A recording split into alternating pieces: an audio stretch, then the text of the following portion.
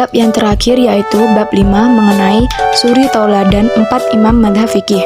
Adapun kompetensi dasarnya antara lain 1.5 menghayati keteladanan sifat-sifat sufistik Imam Abu Hanifah, Imam Malik, Imam Syafi'i, dan Imam Ahmad bin Hambal.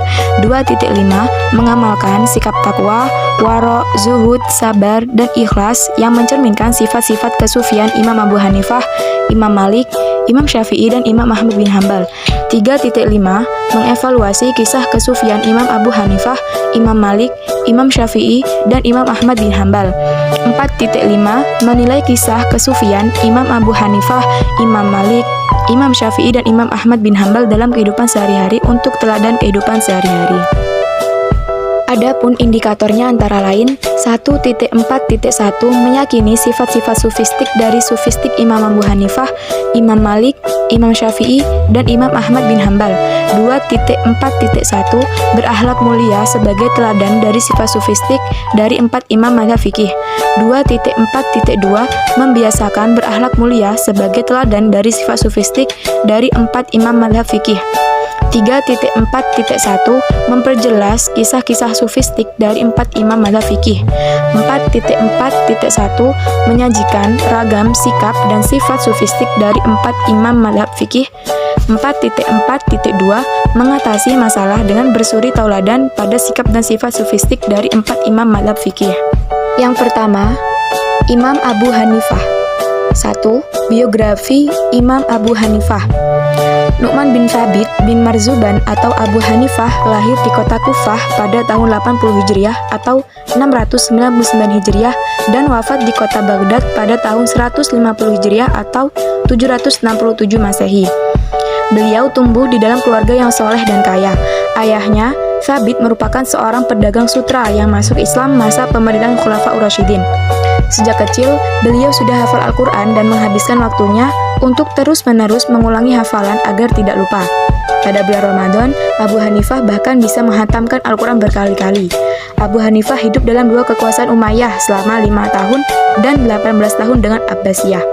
Saat Bani Umayyah ataupun Abbasiyah, Imam Abu Hanifah pernah ditawari jabatan hakim dan menolak tawaran tersebut. Hal tersebut membuatnya dipenjara dan dicambuk berkali-kali hingga akhirnya beliau keluar dari penjara dan wafat. 2. Kisah Imam Abu Hanifah yang perlu diteladani, salah satunya adalah saling memuji dan berbaik sangka. Ketika Imam Malik berkata, "Saya merasa tidak punya apa-apa ketika bersama Abu Hanifah. Sesungguhnya ia benar-benar ahli fikih, wahai orang-orang Mesir." Wahai Al-Laits. Kemudian Al-Laits pun menceritakan ucapan pujian Imam Malik kepada Imam Abu Hanifah. Lalu beliau menjawab, "Bagus sekali ucapan Imam Malik terhadap Anda." Dan beliau menambahkan, "Demi Allah, saya belum pernah melihat orang yang lebih cepat memberikan jawaban yang benar dan zuhud serta sempurna melebihi Imam Malik." B. Imam Malik bin Anas. 1. Biografi Imam Malik bin Anas. Malik bin Anas bin Malik bin Amr al-Imam Abu Abdullah al-Humyari al-Asbahi al-Madani lahir di Madinah pada tahun 93 Hijriah atau 714 Masehi dan wafat pada tahun 179 Hijriah atau 800 Masehi. Beliau adalah pendiri mazhab Maliki yang ahli di bidang fikih dan hadis. Beliau juga merupakan penyusun kitab Al-Muwatta yang menghabiskan waktu 40 tahun dan kitabnya telah diperlihatkan kepada 70 ahli fikih di Madinah. Imam Malik merupakan pribadi yang tekun. Saat masih kecil, Imam Malik sudah hafal Al-Quran, lalu beliau beralih menghafal hadis setelahnya.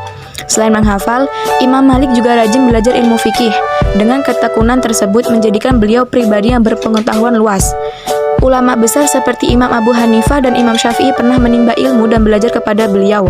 Sebelum beliau wafat, beliau meninggalkan beberapa karya yang dapat dinikmati yaitu kitab Al-Muwatta dan Mazhab Maliki. 2. Kisah Imam Maliki yang perlu diteladani, yaitu kisah yang dapat diteladani dari Imam Malik ialah berani berkata tidak tahu kepada penanya.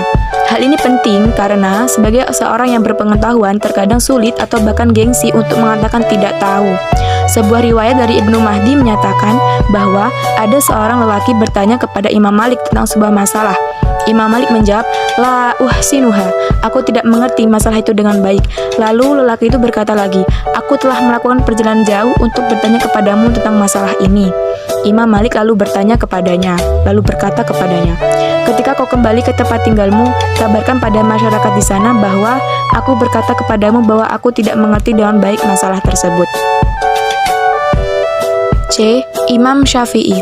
1. Biografi Imam Syafi'i.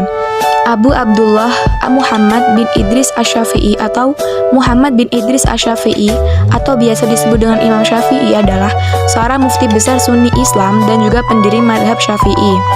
Beliau lahir pada tahun 150 Hijriah di Gaza, Palestina. Pada tahun yang sama wafat Imam Abu Hanifah, seorang ulama besar Sunni Islam, dan beliau wafat pada malam Jumat menjelang subuh pada hari terakhir bulan Rajab tahun 204 Hijriah atau tahun 809 Masehi pada usia 52 tahun. Ayah Imam Syafi'i meninggal setelah 2 tahun kelahirannya, lalu ibunya membawanya ke Mekah, tanah air nenek moyang. Sejak kecil beliau cepat menghafal syair, pandai berbahasa Arab dan sastra. 2. Kisah Imam Syafi'i yang perlu diteladani, salah satunya mendamaikan perselisihan kedua kelompok. Hal ini terjadi karena cara pandang dalam menggali hukum yang berbeda. Kelompok mazhab Maliki berpendapat bahwa jika suatu persoalan hukum tidak ditemukan dalam Al-Quran, maka selanjutnya adalah mencari pada hadis Rasulullah SAW baik mutawatir ataupun ahad. Sedangkan kelompok mazhab Hanafi berpendapat bahwa setelah Al-Quran, hadis mutawatir saja yang dapat dijadikan landasan. Bila tidak ditemukan, maka selanjutnya dengan melakukan ijtihad dengan akal. Imam Syafi'i menengahi kedua pendapat tersebut dengan mengatakan bahwa Rasulullah sholat witir dengan 1 rakaat. Oleh karena itu, bilangan rakaat witir adalah cukup 1 rakaat. Yang terakhir yaitu Imam Ahmad bin Hanbal. 1. Biografi Imam Ahmad bin Hanbal. Ahmad bin Muhammad bin Hanbal bin Hilal atau Ahmad bin Hanbal lahir di Baghdad pada bulan Rabiul Awal tahun 164 Hijriah. Saat masih kanak-kanak, Imam Ahmad bin Hanbal telah ditinggal wafat oleh ayahnya yang gugur dalam pertempuran melawan Bizantium. Sedangkan kakeknya, Hanbal adalah seorang gubernur pada masa dinasti Umayyah. Imam Ahmad menghafal Al-Quran di usia belia dan mulai mengumpulkan hadis dan mendalami fikih sejak umur 15 tahun. Sampai umur 19 tahun, beliau mencari ilmu di Baghdad. Setelah belajar di Baghdad, beliau berkelana ke banyak daerah seperti Kufah, Basrah, Mekah, Madinah, Yaman, dan Syam guna berguru kepada ulama terkemuka setempat. Imam Ahmad bin Hanbal baru menikah pada usia 40 tahun karena kecintaan dan kegigihan beliau terhadap ilmu. Dan Imam Ahmad baru mendirikan majelis di kota Baghdad setelah wafatnya Imam Syafi'i. Imam Ahmad wafat setelah menderita sakit selama 10 hari dan meninggal pada siang hari tanggal 22 Rabiul Awal tahun 241 Hijriah atau 855 Masehi. 2. Kisah Imam Ahmad bin Hanbal yang perlu diteladani yaitu Imam Ahmad bin Hanbal dikenal sebagai pemuda yang cerdas dan gigih dalam menuntut ilmu. Pernah ada seseorang yang mempertanyakan kegigihannya. Ia berkata, "Sampai kapan engkau terus mencari ilmu pengetahuan? Padahal engkau kini telah mencapai kedudukan mulia di antara pencari ilmu." Kemudian beliau menjawab pertanyaan tersebut dengan singkat, "Aku akan membawa dawat tinta ini hingga ke liang lahat." Pernyataan tersebut mempertegas kegigihannya dalam mencari ilmu. Artinya, ia tidak akan berhenti mencari ilmunya hingga ajal menemuinya. Mungkin cukup sekian yang dapat saya sampaikan, kurang lebihnya mohon maaf.